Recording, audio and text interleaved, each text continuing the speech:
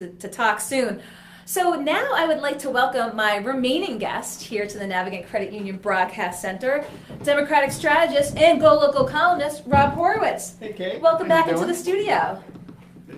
Were you here for the conversation with Jennifer Duffy? I heard, I think, about 80% of it. Lots going on down in D.C., and of course you always like to break it down for folks here, which is why I wanted you back in. We had you a few weeks ago, and clearly a lot has happened since then. And one of the things that I just, a couple of columns you wrote about that I wanted to talk about, but wanted to break down maybe just the last week in D.C., between Syria, between Spicer. Is this some fodder for an upcoming column? Oh, absolutely. President Trump is the gift that keeps giving the columns. In fact, I teach a media and politics course. I'm teaching it this spring. So when I saw, as you know, I'm a Democrat. So when I saw Trump won the presidency, I'm like, bad for the country, great for the course. That's what it is. Which is more important, my course or the country? You decide. No. Balancing it on face value. One of the things folks were talking about leading up last week, Gorsuch, getting to the Supreme Court, you had talked about the process of how that whole shook out. What does that mean for this administration? I don't know what it means for the administration. I think it means bad things for the nation. Just when you have somebody, and I would have, wouldn't have been my choice, it would have been my top 1,000 choices for Supreme Court. When you have somebody as qualified as Justice Gorsuch, who also is composed, the Democrats had no chance of winning this. So no chance at all, because they were going to change the filibuster rules. Mm-hmm. So what were they doing? Which is why I compared it in my column to the famous line for those of us old enough to remember from the end of Animal House, where it's just, it's time for a really stupid and futile gesture. The Deltas are already expelled, right? They got nothing to gain, but why not? Let's go for it. And that's what this kind of felt like. Candidly, the real reason probably is, Senator Schumer's a very smart guy. It wasn't about being stupid or being futile. He was catering to his base as the Republicans catered to their base. Yep. The problem is no common ground. People don't come together, and the country suffers. So, as an example, talking about this, just talking with Jennifer Duffy about folks going to their wheelhouses from each party. I mean, clearly we keep seeing more and more of that. Do you just think that's going to be clearly the trend throughout this administration? President Trump has an opportunity to change that. I don't know that he will. For example, on health care, I heard you guys talking about it. And if they move from repeal and replace to repair and reform, which is in a sense, I think, what Jennifer was saying. And are those the buzzwords that everyone's using? Those are mine. But I don't think it's all that, Okay. Repeal and replace, repair and reform. I haven't trademarked that because it seems pretty obvious to me. Obamacare is sustainable over the long term. There's some problems with it, but its approval rating is now 55%. The bill the Republicans put up and Trump put up, approval rating was 17%. You could fix it. You could do some market-based fixes. You could do a little more subsidies. It could be fixed. But it would mean President Trump would need to go get 30, 40, 50, 60 Democratic votes. Mm-hmm. That's the model for a successful presidency. Mm-hmm. That's what Reagan did. That's what Clinton did on the big things like free trade, where he couldn't get Democratic votes. If Trump does that, then he's true to what he said. The only thing worse for Trump than passing that thing, that thing not passing would have been for it to pass. It was a terrible thing. It's 4 million people thrown off of health care, and at the same time you're giving a huge tax cut to the rich. So that from a political point of view, you gotta love that if you're a Democrat, but for the country, it's terrible. So this is an opportunity. So far, what they're doing isn't going to get you there. So you make the Freedom Caucus a little happier. Maybe you get it through the House, but you still got a disastrous bill. It's not going to get through the Senate, and if it does, it causes you more trouble.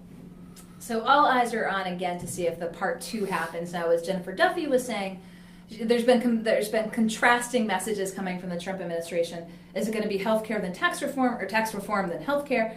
What do you see the prospects of tax reform being? I think they're better than health care. What they want to do is they want to take this. The reason why they want to do health care first is they want to take the savings that they think they can bank. How do they get those savings? They throw a bunch of people off health care. That's where the savings come from. But they want to take those savings so that the number of the debt they're running up, say it's at around like 100 trillion or something. I'm just teasing, but it's it's a big debt, and it would have been, in fairness to whoever's the president, we have a big debt. So from that standpoint, but I think tax reform, because there's more winners, is still going to be hard. And also it depends on how rigidly ideological they want to be. Mm-hmm. When the big Reagan tax reform effort, I think it was 88, I don't know, 86, long time ago. passed, there was a lot of compromises passed with Democrats. You could sort of needed to then, and it simplified everything, lowered the rates, but it still kept basic progressivity. Rich people paid more. If they're going to do something like that, they can lower the corporate rate, they'll get someplace. If they're going to stick in rigid conservative land, it's going to be tough.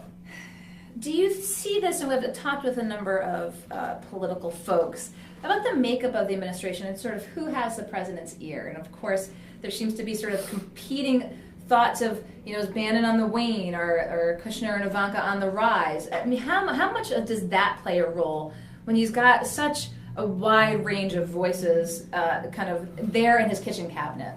I think at the margins. I think it's way overblown. Way overblown. But it's two problems for him. One is the sheer level of leaking and the sheer level of combat. And Washington is, as you work hand-to-hand combat. It's a hand-to-hand, but this is at a new level. All these folks are complaining about. It's funny to watch all these folks who complain about the fake media leaking to them. Leaking like it said more than anybody else. And he's following two administrations that were pretty. You can like them or dislike them. Both the Bush administrations and the Obama administrations are very disciplined on this. So for reporters, it's like it's a dream what's going on. So there's that distraction problem. But the main problem, the one constant is Trump. I mean, Steve Bannon didn't invent the Muslim ban. That happened 6 months before he got there. Steve Bannon didn't invent the fact that the guy can't get through a half hour without saying 20 things that aren't true. And most of the chaos, look at the chaos since day one. It's his management style. I mean, you're going to get a lot of chaos. It's the way he ran his business. The one constant will be the family. And from my vantage point, they're probably a constructive force in the thing. On the other hand, there is something unseemly about the fact, why is Steve Bannon losing this fight? Which I think from a policy point of view and the country's point of view is a good thing. Because he's fighting with Trump's son-in-law and by proxy with his daughter. There's a reason why there's nepotism rules. In any workplace, anyone who's been sort of in a family business thing, there's some distortions that result. And I don't think it's evil or bad, but it does create kind of a weird dynamic. And it's a very interesting, and do you get the sense, there's just a fascination maybe with the palace intrigue, if you will, of sort of who's in the court, so to speak, or, sort of the U.S.'s monarchy, if you will, looking to see, again, who's got the president's ear and who's really, behind, because everyone knows it's really about the team that you surround yourself with. Do you think it's just a product of the fascination of how everything sort of works down in D.C.? I think there's always a fascination with personalities. And the way news is covered, it's a lot easier to cover Bannon versus Kushner than try to get into the intricacies of North Korean policy. It's always going to get disproportionate coverage. Especially when the principles, you can tell if you watch, for example, Morning Joe in the morning. Kushner talks to him every day, you can tell. So he spends 25 minutes going after Bannon. You can look at the Breitbart did the same thing. So some of it is you have very active principals who are very much aggressively through the media, at a cost to the president, who is not the most disciplined guy in the world either. So the total effect is kind of chaotic. And let's go maybe a little foreign relations talk a little minute here. Sure. Tillerson and his Russia trip, you want to kind of weigh in on that? Apparently he met with Putin. And, what do you see coming out of that after just such a charged week in Syria? It is so hard to know. I do think that the reset on Russian policy, can we call it a reset? Or the reset for Trump, not the usual reset where you're trying to, politically they don't have a lot of choice. Yeah. These investigations are going on. Everyone can keep saying there's nothing to them. There's obviously something to them, and they're handling them all wrong. What they should have done is always easy to tell someone else what to do. Release everything, every meeting. Just that's how you get through bad news. Yeah. Release it, own it. Just say we should get to the bottom of this. But that's not what he's doing. So they can't really reset the relationship. And hope. And on the positive side, he's got some good. The National Security Advisor seems really good. The Homeland Security Advisor is good. The Secretary of Defense, the sort of military folks. So he's getting a bath in reality too. Tillerson seems to me, he's obviously a smart guy. He ran Exxon, a little out of his depth. And maybe when he gets more people around him, he's already said, in the whole administration, saying things that are not the same in foreign policy is dangerous. Well, obviously a big week paying attention to what was going on with Syria, and maybe kind of want to wrap up here talking a little bit about, again, we were discussing the long-term impacts, and in such a media cycle that's so immediate and then folks tend to forget. But Sean Spicer's remarks, it really drew such response and rebuke, and he himself tried to back off. We're 24 hours later. Folks have said, perhaps sort of move through this. What's your take on it? Let me look at the positive side first. He actually, for the first time I can remember in the Trump administration, apologized sincerely for what he did. So I think on this particular score, we should cut him a break. What he said was nonsensical. But I don't think it was malicious. It was just nonsensical. Just wasn't getting the point across that he thought he was trying to get across. Right. And whenever you make it, this has been said 1,000 times, it's not going to be new here, but whenever you make a Hitler comparison, you're already in trouble. Yes. And he clearly, at the moment, because I think he was probably nervous, he didn't have a grasp of the actual facts. The bigger problem for Spicer, and this could be a tipping point for him, I don't think it was the specific thing, is one is the president's a tough critic. Two is he has to go out there every day and defend the indefensible. And what I mean by that is not the policies, is the president, for example, was it a month ago, the president says Obama was wiretapping him? No proof for that. All administration scrambles around trying to find, something that's remotely, he goes out there and has to essentially tell a bunch of untruths. So after three months of that, he has no credibility with most media folks besides this Trump slice. Same thing for Kellyanne Conway. It's the price you pay, though, looking at Spicer, looking at Conway, looking at these people with symptoms. It's the price you pay for working for President Trump. If President Trump's not going to be truthful and he won't apologize and he expects everyone else to go out and essentially, which is what he does, essentially lie for him, and if they're not doing that, he's not happy, no one's going to have credibility over time. That's why the foreign policy guys will be fine, because they can walk away, they have credibility, and Secretary Mattis is never going to do that, no matter what Trump wants. But if you're in that staff position, it's hard to, he's always easy to say someone else should resign. But that's what you got to do. You got to say, Mr. President, I can't do that. If you want me to do that, get someone else. And that either works or it doesn't. But as long as you're going to be doing that, you're going to lose your credibility. So I actually thought this was one of his better moments, Spicer, believe it or not. So you saw yesterday Rep. Cicilline had called for his resignation. Did you think that was premature? I think as long as it was corrected. After the apology, I didn't have a huge problem with it. I wouldn't have done it. Maybe because I do some of this. I'm a little more sympathetic. I made my share of mistakes. We've all made gaffes. We're all human. So, but his problem is that it wasn't just that particular incident. Well, it's two things. One is the cumulative effects of his losing his credibility by saying so many things are just blatantly untrue, and that comes from a boss who 60% of the American people don't trust because he does the exact same thing and does it worse. He's more convincing in the moment, and the second problem is their pattern of stuff